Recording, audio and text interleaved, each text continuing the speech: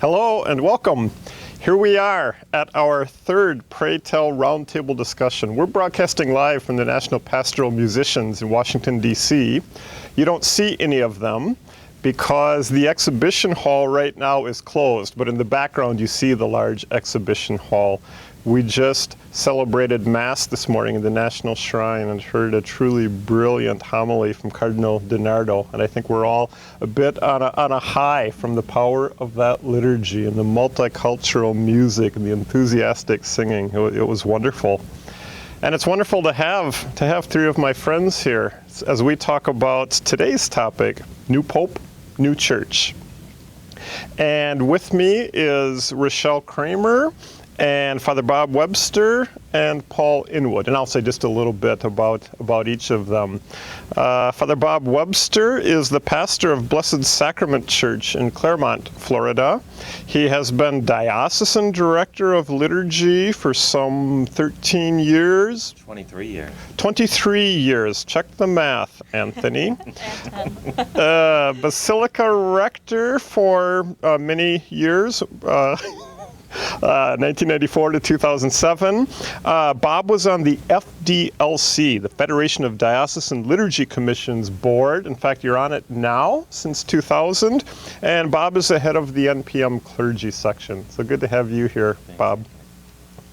Rachelle Kramer holds a Master of Music degree, and she will be completing her MA in Theology from St. John's School of Theology this September if she can pass her oral exams. And right. I'm one of the examiners for that. And I'm sure she will do very well. Rachelle served as Director of Campus Ministry Music at Marquette University for 9 years. She has recently accepted a position in Music and Liturgy at the Center for Faith and Justice at Xavier University in Cincinnati.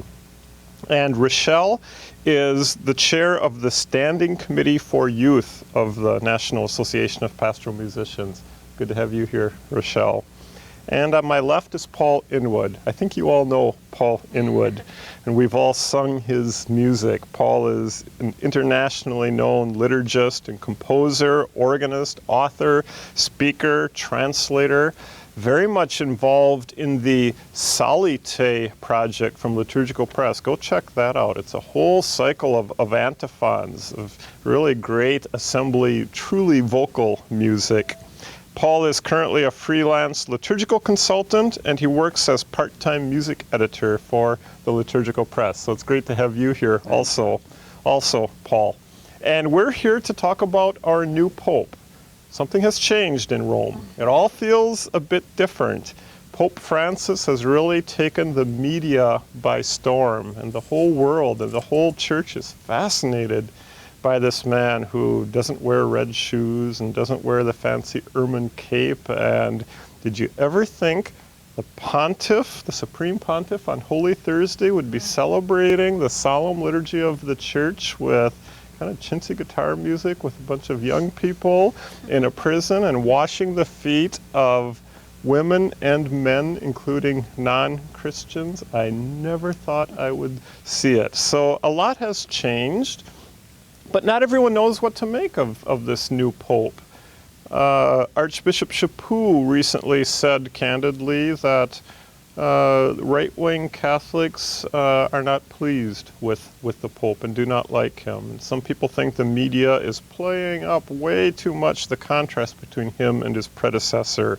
So you wonder which of the media have it right, what really is going on. Is it a complete change? Is there continuity? Is it a change in style? Is it a change in substance? Just what is going on with this surprising new Pope, and what might it mean for the future of the church and the future of the liturgy?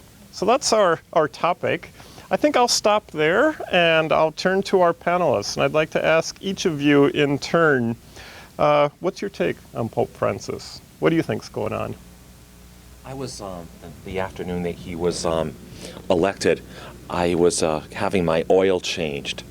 And so I got a text and asked the technicians to change the channel so that we would be watching it. And one of the guys at the car dealership knew that I was his parish priest.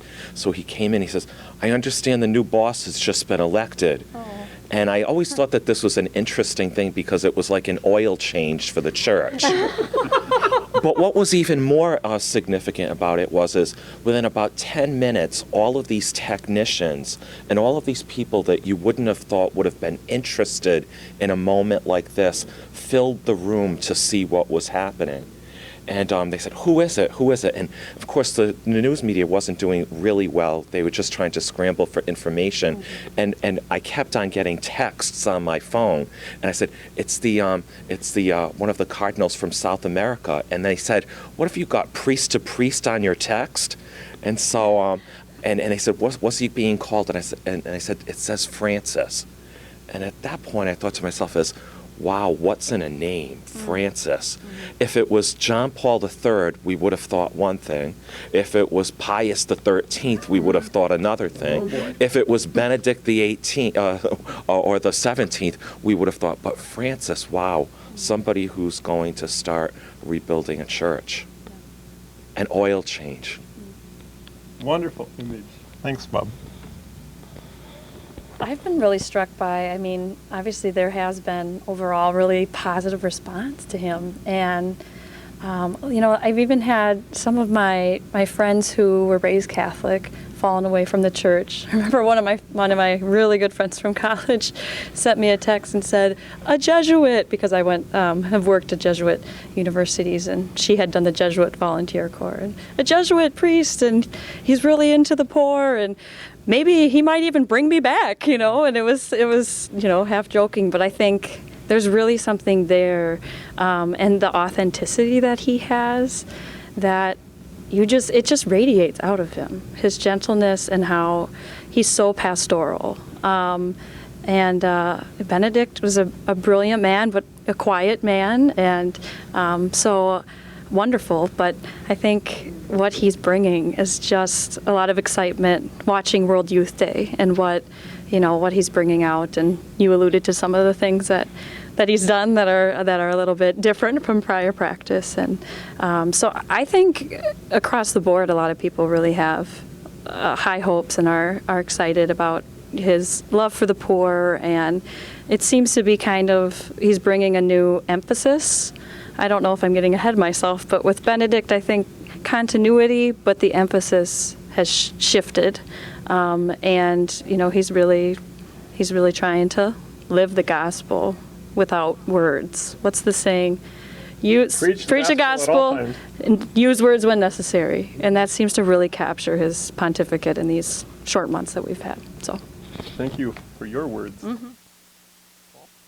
Well, I was having my car when Benedict XVI resigned, and I heard the news coming over the radio in the car dealership, and all the people there knew who I was and what I did, so they all flocked around and said, "What's going on?" and can our Pope resign, and all this kind of. So there's a lot of interest in the papacy, and they were sort of saying, "I hope we get a younger man this time." So I think they've been slightly disappointed on that, but what they have got is somebody who is younger in spirit, certainly. I don't think that Francis is a rebel in any sense, but I do think that he's a reformer. But as you said, it's all by deeds and not by. I mean, the things that he's been saying have been wonderful. I mean, every day there's something new, something refreshing, something surprising. Something jaw-dropping. Yeah, absolutely. Yeah, the wow factor is definitely there. It's kind of interesting when you're celebrating daily mass, and afterwards you realize that as a pastor, your train of thought in a homily at daily mass was the same thing as the Holy Fathers. Wow. And it was sort of like, wow, now that's quite a pat on the back. and the fact that this man celebrates daily mass every single day with the workers at Vatican City instead of the diplomats, instead of people that are, in one sense, unapproachable to the world. He's so real. He's so down to earth. It's exciting for those of us who work in the on the streets. It's a great image. And I think, I mean, a lot has been said about new evangelization, and I don't think anybody really knows what that means. I mean, some people have said rather cynically that it's old evangelization repackaged.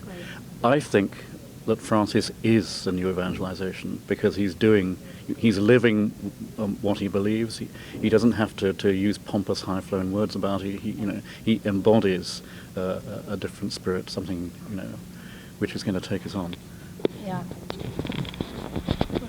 And going off that, I think that is so true and so important. And I think people see, there's been a lot of struggles in the Catholic Church, and, the hot button issues are there. And, the sex abuse scandal has rocked the church, and people, I think many, many Catholics have become disenfranchised and just have left the church. And I think, 99% of Catholics really don't care that the texts have changed with the Roman Missal. I think we music liturgists, that ruffled us a little bit more. But they want to see what is the gospel, and they want to see the gospel being lived. And I think that he, in his special way, he's able to capture that, and it's stripping away all of the other things that I think clouded the beauty of Catholicism and the many wonderful things of the Catholic Church. So. Yeah, that was the irony, I think, under Pope Benedict. I can appreciate the historic treasures of the European heritage of the Church, but as you just put it, all of these trappings of these old vestments and archaic things, it actually was clouding the beauty of the faith. So in one sense, all of that is beautiful. In another sense, it really isn't if it doesn't help the faith to shine through in our days. So when some people say, well, Pope Benedict said such important words about beauty, I always think, well, yes and no. In a way it was beautiful, in a way it really was not. And beauty can be very simple. And Francis is a highly intelligent, but I think very simple man at heart. And so he's not doing anything way out of the ordinary. He celebrates Mass like the average priest. Right. He has a gift of communicating with people. So it's, and I think one of the gifts that he's going to bring us is that he is going to make hierarchy people seem human and approachable. And I've already seen people, I think taking their example from him. I don't know whether I should say this, but I saw Cardinal Donato standing in the bus queue this morning without his Roman collar on. I've no doubt that he and I will both be delated to Rome for saying that, but that seemed to me, and the Cardinal was there, he was part of the, and I think that's what Francis does too. He's just an ordinary man of God in the middle of the people of God. He's also the first Pope since Vatican II who celebrates Mass every day of the week facing the people. Yeah, up until now it's been in the papal chapel where it's an older historic altar against the wall. And John Paul II invited others to celebrate Mass with him, and then Pope Benedict didn't and said he didn't want others to join him, but it's a switch. Mm-hmm. I'm still remembering his Holy Thursday homily, particularly about reminding the shepherds to have the smell of the sheep upon them. Oh. And this walking among the people, and the challenge for those of us who are in pastoral roles to continue to live the lifestyle of our people, to be intimately engaged in their lives, and to reach out especially to the marginalized. We have been so hearing that in these last days. And there's a friend of mine who's a former seminarian, presided at his wedding, and his marriage fell apart, an ironic situation. And after that happened, he hadn't been to church for a long time. For some reason, he found himself in Rio for World Youth Day, and he said, this is the real thing. And he says, the church isn't dead.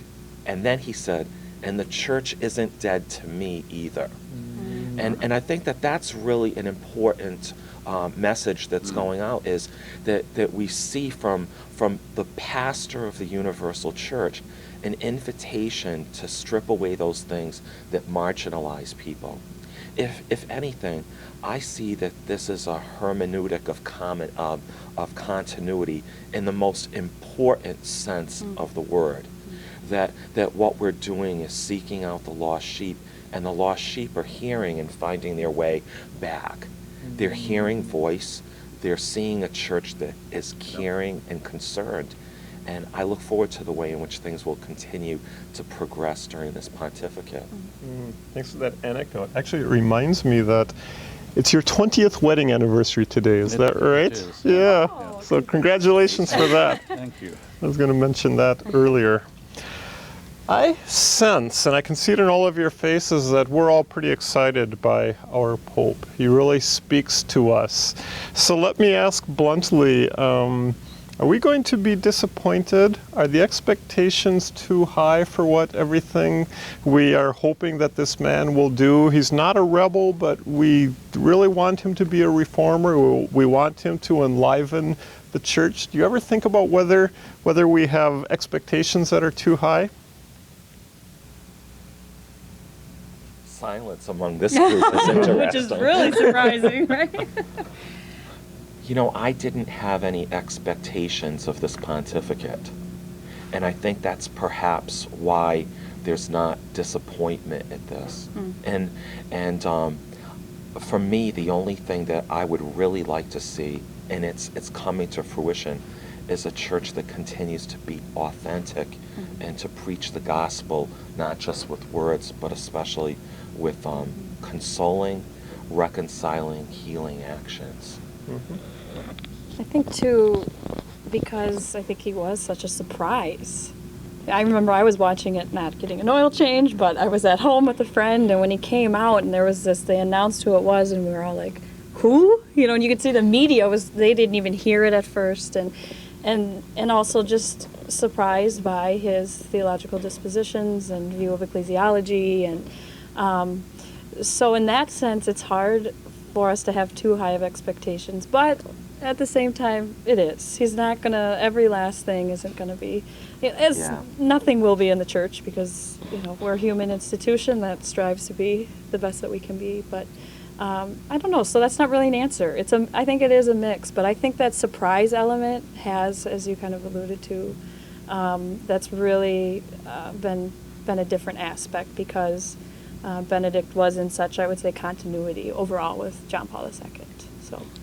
And I think the element is something which started right at the beginning. I mean, a man who actually asks people to bless him before he gives them his blessing. I mean, we knew it was going to be different, and almost every day he has done something unexpected. And the expected things, I mean, this is where the anticipation comes in. Is he going to be able to reform the Roman Curia?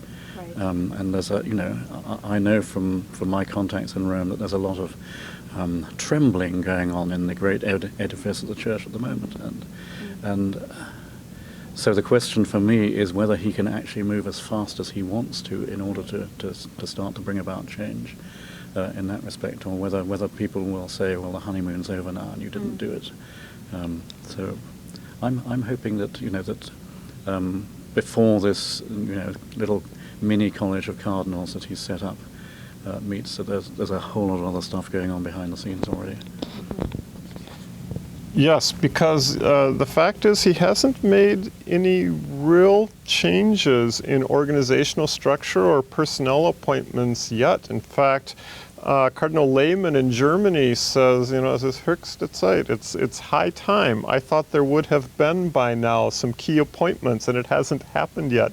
So the fact is we don't know how much he will succeed in reforming the Curia and in re-enlivening a sense of collegiality and overcoming some of this, narrow centralism. I have high hopes. I hope that he's able to, but the fact is we just don't know. I mean, in another realm, we have to say 6 years later, Guantanamo is still open. That's the way things work in institutions. And it may be that he's listening. He isn't just coming in and going bang, bang, bang, because, Right. And because it's easy to make mistakes. I mean, there's talk that one of his appointments, even now has been a mistake. I don't know whether that's true or not, but... A wise pastor doesn't move very, very quickly. That's right. I mean, listen first and act afterwards. yeah, a new pastor appointed to a parish is told not to sneeze for a year. And the reality is for someone coming from outside of the Curia, he needs to watch, he needs to listen. I think that he clearly, as a diocesan bishop, knows some of the areas that need to be addressed. certainly in the last number of years, the area of matrimonial jurisprudence has gotten so difficult that it's almost impossible in some ways to get an annulment. Well, that continues to create marginalism in the church among those who are divorced. I think that he knows there's been some appointments in that area as necessary, and I think he's taking stock. I mean, I can't help but think personally that some of the first people that he met in the days after his election were Archbishop Piero Marini and also Cardinal Harvey from the John Paul's administration, so to speak, and through the early part of Benedict's administration. I can't help but think that him using the wisdom of those who are around him might help us all to move into a better place.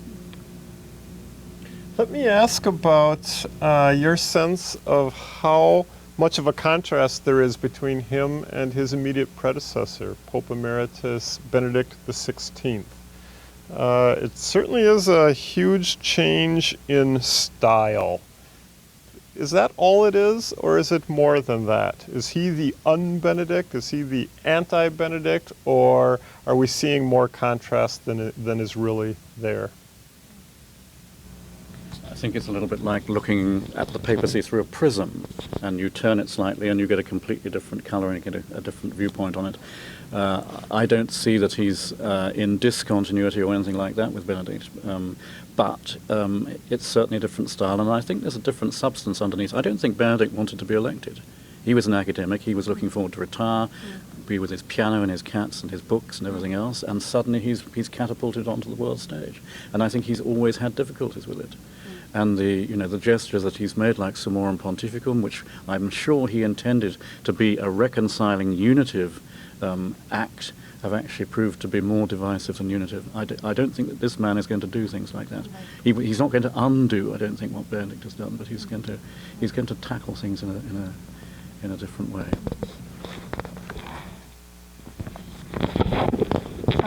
Yeah, I think that's really true. And I think in some ways we can give, some of us, maybe myself included, have given Benedict too much of a bad rap in the expectations for people who are, if they're more quote-unquote progressive, or however you label it. When you look at the encyclicals, writing about love, which is not divisive. And, I mean, clearly the man is brilliant, and his focus, I think, as you alluded to, is a quiet intellectual. And so, I think Francis, I think there is the continuity you talked about, but I think it's just a shift in emphasis. Someone said to me yesterday, how did they say this? That Benedict taught us, taught us the faith, and now Francis is showing us and living it. And that's not to say Benedict didn't, but just in terms of, I think Benedict was very aware of relativism in the world, in terms of moral things, and in a way that this man is not. Yeah, and it was, I think, afraid of the world. Yes, and I think too much so, and that you hear a lot about truth, capital T, and again, it's just in balance, and so I think that was kind of put maybe in people's faces a little bit more than they would like, and that Francis is still in line with Benedict. He's still traditional views on, he's not going anywhere big with women's ordination or homosexuality in the church or, things like that, which is good because I think that can bring together our church right now, which is pretty polarized. So I guess continuity is there, but Francis has that. He has that pastoral nature that he won't, when Benedict ruffled feathers whenever about the Muslim, that comment that happened quite some time ago, because Francis has that intuitive pastoral sense. And I think he's about the people first before the law. Of course, Pope Benedict had one disadvantage that Pope Francis has not had, and living in the shadow of John Paul II is an awfully big shadow. It was an awfully long pontificate.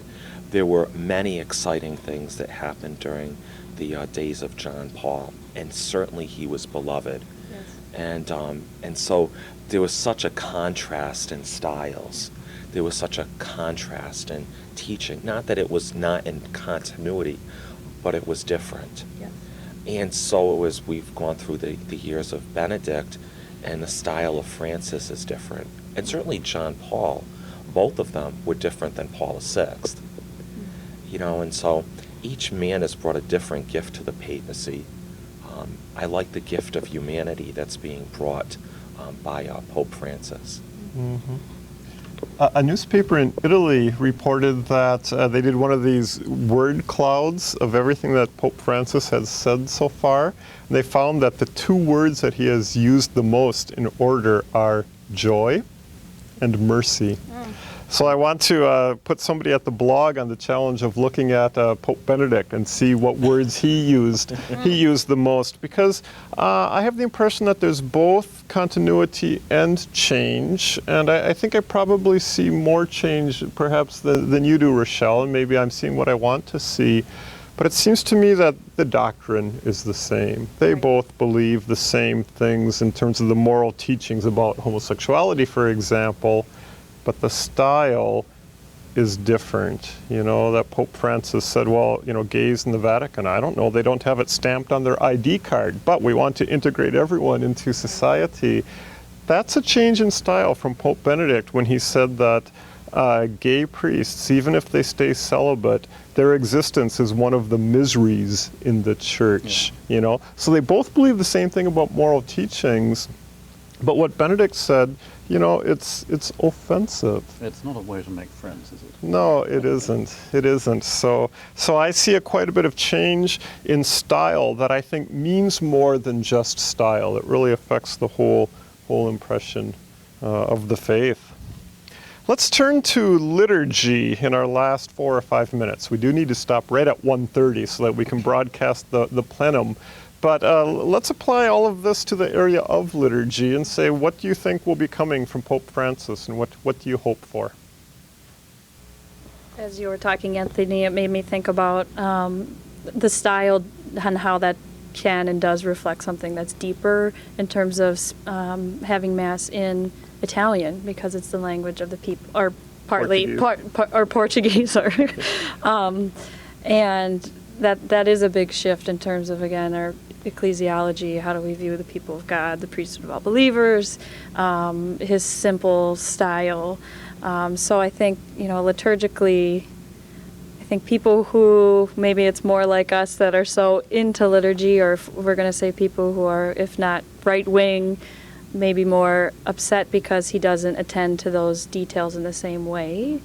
But I don't think that, you know, I think about, you know, I have a lot of friends of different theological dispositions, and some that are very, you know, traditional in their devotions and in, you know, orthodoxy completely with the church. And, you know, on Facebook I see posts from these guys that's all go Francis, you know. And so I'm getting off of liturgy though. So, but I think he is a unifying force. He's not polemical, and but it may upset some of the people who are liturgy is everything.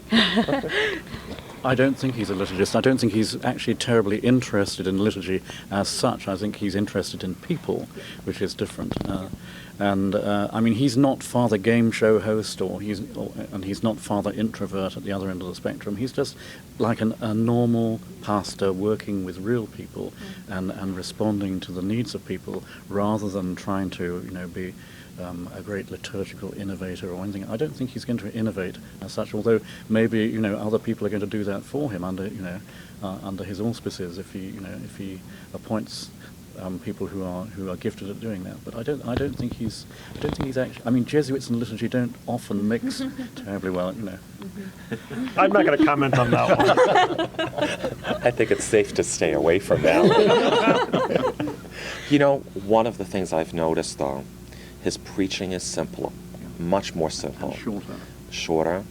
He is very prayerful, in a very different sense of manner. I've been excited to see some things return. I have to admit that during the days of Pope Benedict, the fact that he wore two different papal palliums was sort of confusing, and the carrying of 3 different papal pastoral staffs. I have to admit that I loved seeing the return of the staff used by Pope Paul VI and Pope John Paul I, Pope John Paul II, and in the early days of Pope Benedict. That's a modern symbol of the papacy, first used at the closing of the Second Vatican Council. It bespeaks of a new age, of a new breath, a new opening in the world, and the fact that he carries that, and he carried it in Rio. And I just think that has been one of the most wonderful things to be able to see. It's symbolic. Liturgists always think and see in symbolic terms. That particular symbol sees a sense of continuity being restored. Mm-hmm. Wonderful. Well, thank you for all our comments. We do have to stop. It is 1:30, but let us keep Pope Francis in our prayers. Let us keep Pope Emeritus Benedict in our prayers, and let us pray for the church as we move forward.